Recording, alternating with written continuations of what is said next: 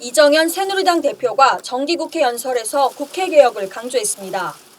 국회는 개혁의 주체가 아니라 개혁의 대상이라는 것이 댓글상의 일반 국민의 생각이었습니다. 법을 만든 사람들이 국회의원인데 일반적인 법은 물론 자신들이 만든 국회법도 자신들이 했던 약속도 스스로 휴지 조각 만든다고 비웃습니다. 언뜻 자기 반성처럼 들리지만 이른바 유체이탈 화법이라 할 수 있습니다.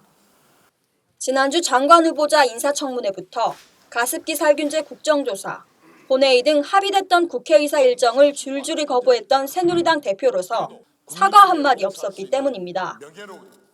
여당 중진 의원의 국회의장실 경호원에 대한 폭력 사건이 선명해서인지 국회의원의 특권의식을 비판할 때는 자신도 그랬다는 전제를 깔았습니다. 저를 포함한 상당수 의원들은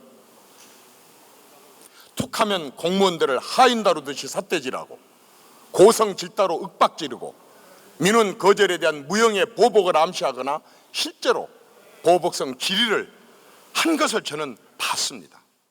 자세를 낮추는 듯한 말투를 쓰면서도 국정 실패의 책임은 야당에 돌렸습니다. 국민이 뽑은 노무현 대통령을 탄핵했던 것 역시 사과드립니다. 새누리당은 지금까지 국민 여러분께서 경험해보지 못한 가장 낮은 모습으로 국민을 섬기는 정치, 서번트 정치로 받들어 모시는 정치를 하겠다고 거듭 다짐드립니다. 사드보다 더 좋은 방안을 제시해달라고 요청했지만 어느 누구도 아직 이것에 대해서는 제시하지 못하고 있습니다. 박근혜 정부 들어와서 정부 조직법 개정 발목 잡기부터 지금 이 순간까지 사실상 대선 불복 형태의 국정 반대, 국가 원수에 대한 막말이 계속 이어지고 있습니다. 야당 지방자치단체장들을 향해서는 막말 논란을 부를 만한 비난을 쏟아냈습니다. 현금은 곧 표라는 정치적 계산으로 정치적 의도를 갖고 하는 인기 영합용 무상복지입니다. 미래 세대의 돈을 훔쳐서 약장수 비유도 동원했습니다. 만명 통치약이라고 속여서 파는 것과 같은 황제 정치 노름입니다. 그래서 꼭 심판해 주십시오. 이 대표는 야당을 향해 이것만은 꼭 도와달라는 식의 읍소 전술을 펴기도 했습니다. 국가 안보와 이러한 국민의 먹고 사는 문제, 이 두 사안에 대해서만은 눈 찌끔 감고 조건 없이 오직 국가와 국민을 위해 도와주십시오. 하지만 그가 중요하다고 열거한 대상은 사실상 박근혜 정부가 요구하는 전부였습니다.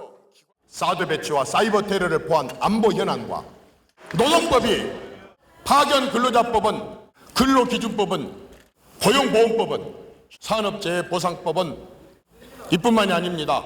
규제 프리존 특별법을 신에너지 산업, 고흥의 드론 산업, 전북의 탄소 산업을 육성해서 지역경제 활성화를 도모하려고 하고 있습니다. 이 밖에도 이정현 대표는 거의 모든 현안을 연설에 담았습니다.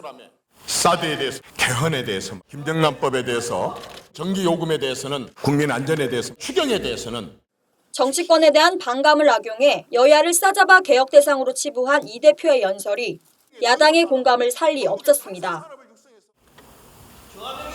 이것이 국회를 바라보는. 그럼에도 이 대표는 특유의 쇼맨십으로 연설을 마쳤습니다. 저 이정현 당대표가 앞장서서 지키겠습니다. 할 수 있다. 할 수 있다. 우리는 할 수 있다. 연설이 끝난 뒤 야당에서는 우병우에 대해 한마디도 못하는 청와대 여의도 출장소장의 연설이었다는 혹평이 나왔습니다. 오늘 들은 것이 집권 여당 대표의 연설입니까? 청와대 여의도 출장소장의 연설입니까? 또한 이정현 대표가 무엇보다 가장 노력해야 할 일은 여당이 청와대의 국회 출장소라는 오명을 벗는 일이다. 민생을 운운하면서 현재의 어려운 상황을 야기한 청와대와 정부에 대한 비판은 전혀 없었습니다. 교섭단체 대표 연설은 추미애 더불어민주당 신임 당대표와 박지원 국민의당 비상대책위원장이 이어갑니다. 국민TV 뉴스 도혜민입니다.